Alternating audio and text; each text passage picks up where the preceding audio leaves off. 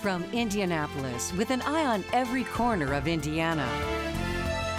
This is IBJ Media's Inside Indiana Business with Gerry Dick. Presented by Ice Miller and Indiana University. The greatest spectacle in racing as they come to green. This is the Indianapolis 500 for everybody to see. The world's greatest spectacle in racing, part of the driving force behind a surge in motorsports investments in central Indiana. Find out what's fueling the growth from one of the biggest names in auto racing. Gambling coming soon to Terre, Haute, the timeline on when the new casino there opens, and the potential payoff for Vigo County. And a TikTok tour through Indiana's newest dining hall destination in Fort Wayne, one of the many ready-to-eat markets like this, gaining around the state. Hello and welcome to Inside Indiana Business. I'm Gerry Dick. Indianapolis, long billed as the motorsports capital of the world, and with good reason. After all, it's the home of the Indianapolis Motor Speedway, but there's also big economic impact. The motorsports industry contributes an estimated $1.2 billion annually to the state's gross domestic product. And there are more signs this week the industry is shifting into a higher gear. The Indianapolis 500. Indiana is home to more than 300 motorsports-related businesses, employing nearly 5,000 workers. The list includes a dozen IndyCar teams, and 3 high-profile teams are placing big bets on their futures in Indy. Andretti Global, the parent of Andretti Autosport, broke ground this week on a $200 million headquarters in Fishers, an investment that could mean 500 jobs and create a base of operations for the team's IndyCar, Indy Lights, and IMSA programs, as well as advanced research and development for the teams. Right here behind us in lots 10 and 11 will be our new headquarters for all of our various brands, whether it be Graham Rahal Performance, Rahal Paint Protection, Ducati Indianapolis, Graham Rahal on the racing side of things, the Graham and Courtney Rahal Foundation. Everything will be housed right here. In October, the youngest of the racing Rahals made a $20 million commitment to build an all-in-one automotive campus, just a stone's throw away from Rahal Letterman Lanigan Racing's new headquarters in Zionsville's Creekside Park, a cutting-edge facility that will serve as a hub for Rahal's Brownsburg-based IndyCar team and its Columbus, Ohio sports car teams. And United Kingdom-based McLaren Racing announced plans to spend about $25 million on a new facility for its IndyCar team in Whitestown, a project expected to create 175 jobs. Those high-profile projects in addition to what's happening at the world's greatest race course, where Roger Penske has invested $20 million in improvements since acquiring IMS 3 years ago, with more expected. Some big investment. Downtown Indianapolis also playing host this week to the biggest brands in the business, the 34th annual PRI Trade Show at the Indiana Convention Center. Our Mary Rachel Redmond is standing by with more, including a special guest. Mary Rachel. Thanks, Gerry. Well, it's the big kahuna for any and all in motorsports, and it happens every year here in the racing capital of the world. It's called the Performance Racing Industry Trade Show, also known as PRI, and it draws over 70,000 from around the globe to Indianapolis. It features the latest technology, gizmos, and gadgets that race teams are looking for to get an edge on the track. And the guy that kicked it all off, Tony Stewart, 3-time NASCAR Cup Series champion and team owner, joins me. Tony, why is PRI so important for racing? Well, as soon as the season is over, this is what everybody's looking forward to. It's for all the manufacturers. This is where they showcase their new products for the next season. For the teams and the drivers, they come to the show because, A, they want to see the products, but they're also trying to work deals with all these companies to help support their programs for the next race season. You know, and kind of to expand on that a little bit, you know, just for the non-motorsports folks out there, I mean, what's the big draw here? For racers, they're always trying to find ways to make their cars faster.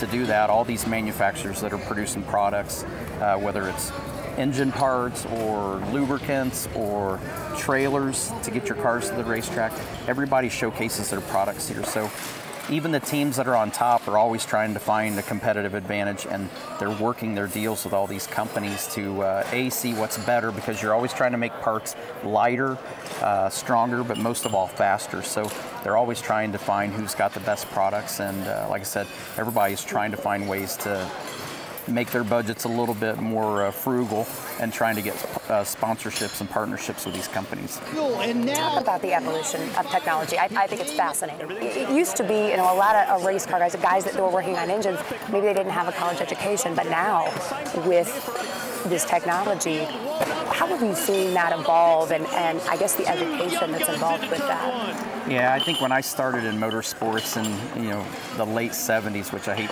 kind of admitting how old I am because of that, but what we used to see is guys that just in their head had great ideas, and not all the ideas worked, but it was in their head. They drew it out, they made it, they tested it on the racetrack and got results. And if it didn't work, they found a way to tweak it and make it better. Nowadays, you have technology that just keeps ramping it all up. It takes guys that aren't as talented on the crew chief side and the engineering side, but now these are engineers that can take the technology and be just as fast as guys that have been doing this in the industry for years. Indiana's become a hotbed for motorsports investment. You're a part of that. Why? It's all I've known all my life. I mean, I live, eat, breathe, sleep motorsports and racing. So whether it's our NASCAR teams, our sprint car teams, our NHRA drag race teams, our sprint car series, our racetrack that we own, that's what my life revolves around, is motorsports. So my wife's an NHRA drag racer, so that's what our family does. We're just involved in motorsports, and that's all we care about. That's amazing. So your wife is a drag racer with you, an NHRA drag? Yeah. Well, you were just married last year, is that right? Mm-hmm.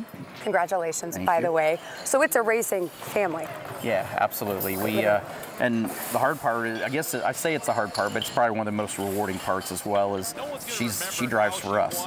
So we leave the racetrack as a couple. We get to the racetrack, we're still a couple, but then we kind of switch gears, and she's my driver and I'm her car owner. So that dynamic changes, and then at the end of the day, when we leave the racetrack, we're still kind of in that owner and driver mode till we get to dinner, and then we remember that we're a married couple, and we kind of put the racing stuff on the back burner for the night. Are you still racing?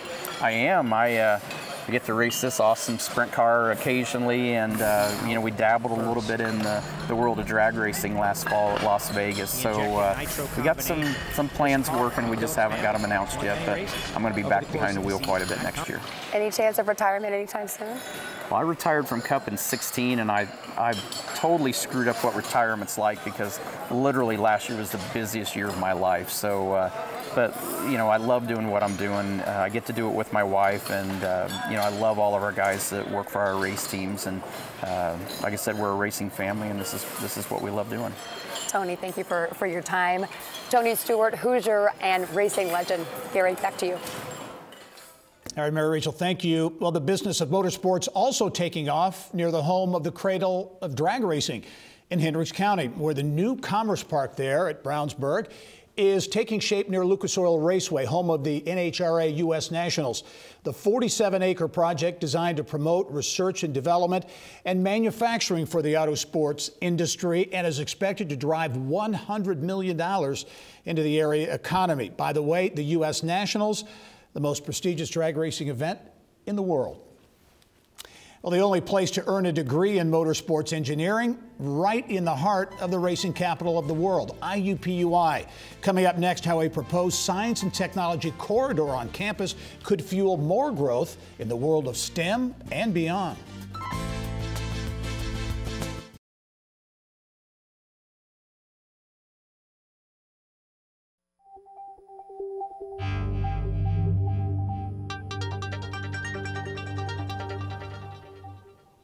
It's time to go inside innovation. Well, innovation, technology, and talent among the topics at this week's Engage Indianapolis event.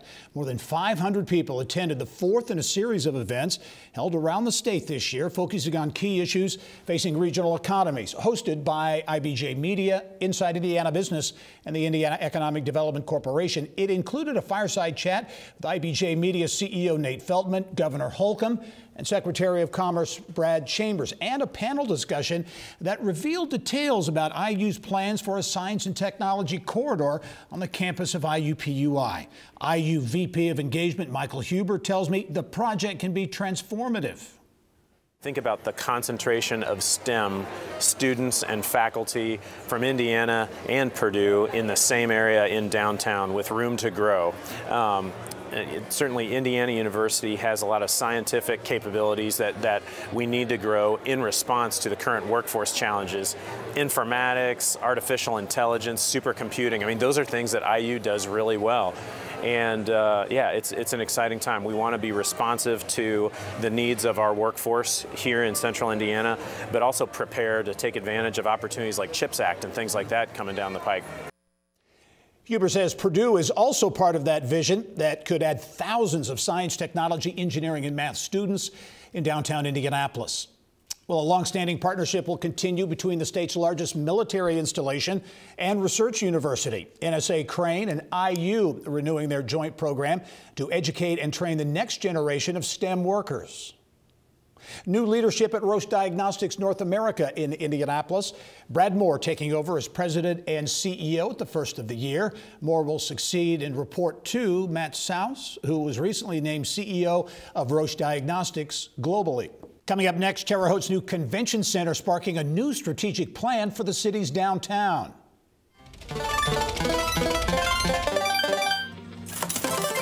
Plus an update on progress on the Queen of Terre Haute Casino and when it might open. And looking ahead to what the IBJ will have this week, what's behind growth, surging growth at Indianapolis-based startup Connected, and the tools it offers for LinkedIn users. Simon Property Group looking to revive brick and mortar sales, and Jeff Smulyan with the lowdown on his new memoir.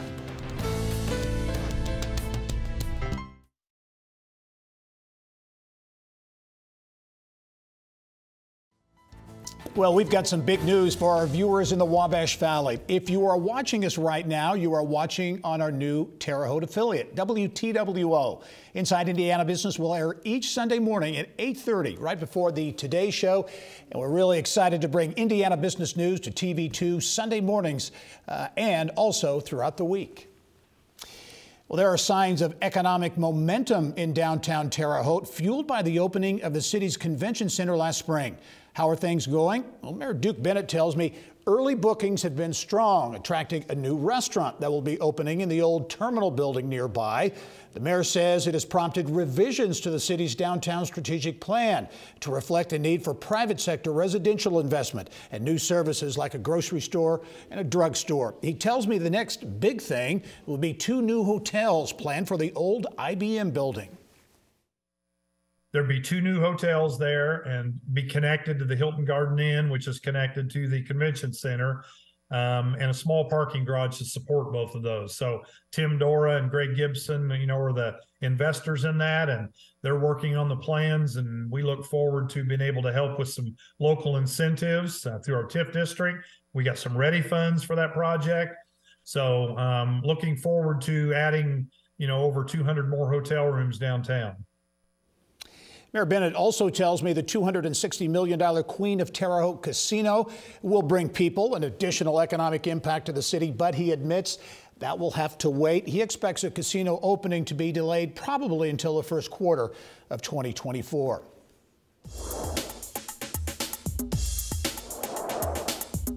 It's time now for Eye on Education, brought to you by PNC Bank.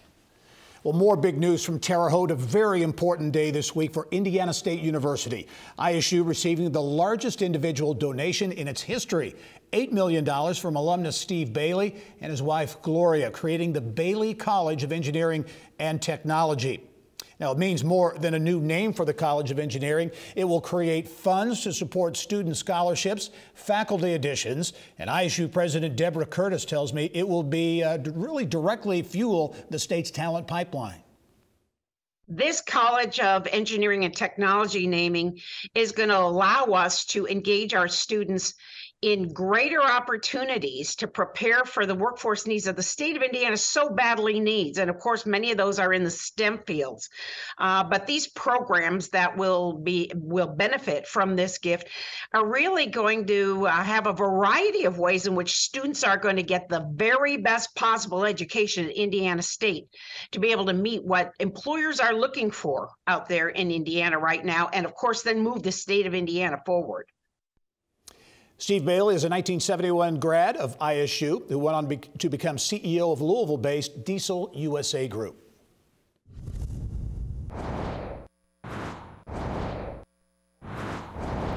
Here's what's making news now around Indiana. In Anderson, Nestle says it will invest $400 million to expand its facility there and add nearly 70 jobs. Now, the company is seeking a 7-year, 70% tax abatement on the planned expansion. The Anderson City Council will consider 2 resolutions next month. That plant currently employs more than 800 workers. To the south now, in Perry County, the push is on to get more remote workers. The Perry County Development Corporation launching the Remote Worker Incentive Program by partnering with Indianapolis-based job matching marketplace Make My Move. The campaign will use incentives and perks, including a $7,000 stipend designed to offset moving expenses and connect newcomers with local amenities. Well, he wears many hats: marketer, event promoter, radio DJ, businessman. But most of all, Amp Harris is the epitome of a Hoosier with a servant's heart. He grew up in a rough Indianapolis inner city neighborhood, single mom, youngest of 8, and a witness to his stepdad murdering his brother.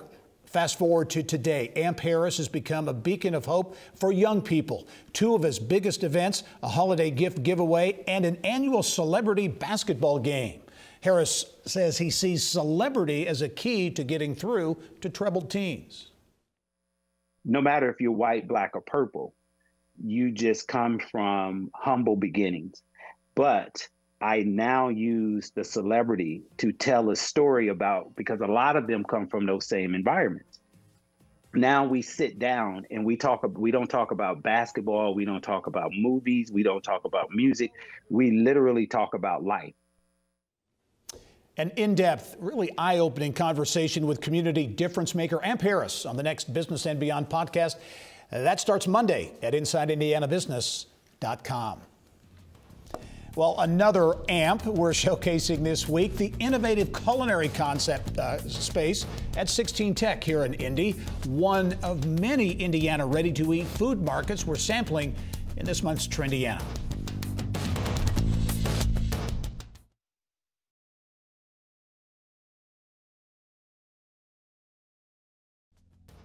Well, food halls have been around for decades, but are now increasing in popularity in a big way as consumers look for more options. Yelp's Brittany Smith joins us now from the AMP in Indianapolis and takes us inside some food halls popping up all over the state. Brittany, welcome.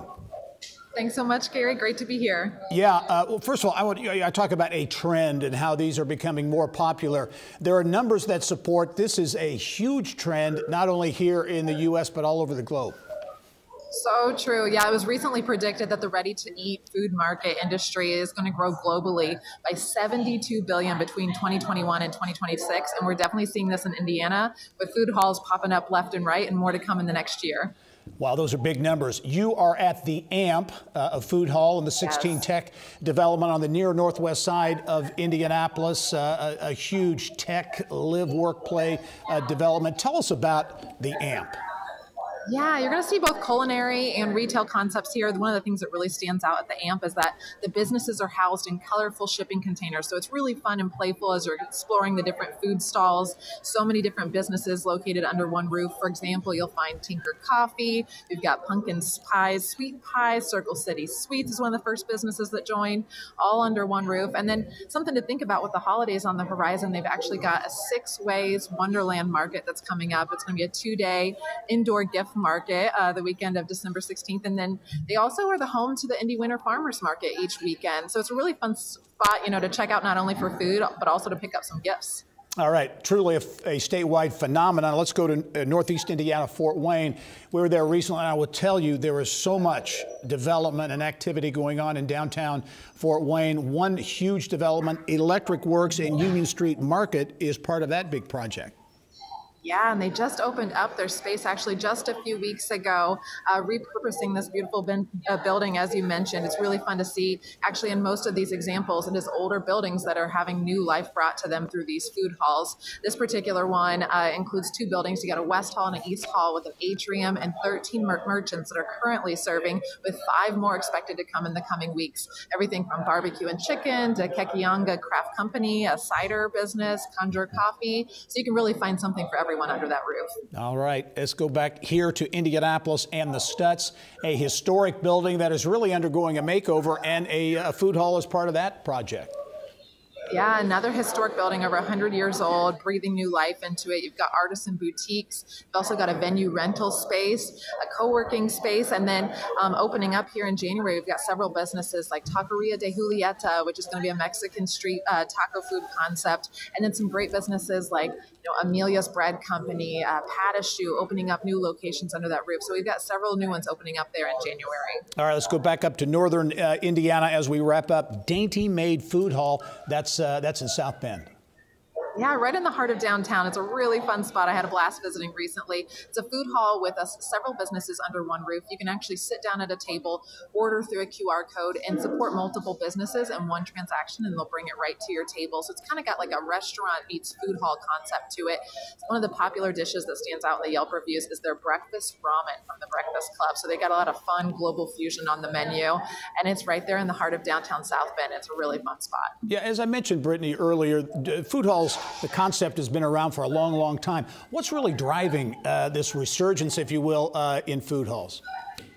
Yeah, folks are really looking for ready-to-eat food. Having a lot of options kind of stands out. Folks love going to one place and supporting multiple businesses at once. It's a real crowd pleaser, and it's just really a fast and speedy way to have a meal while you're at it.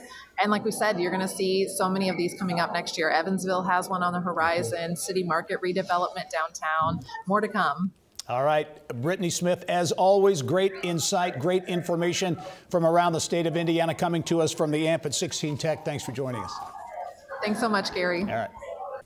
Well, that's all the time we have this week for Inside Indiana Business. As we leave you, some views of downtown Terre Haute. And again, we're excited for a new partnership, a new home in the Wabash Valley on WTWO.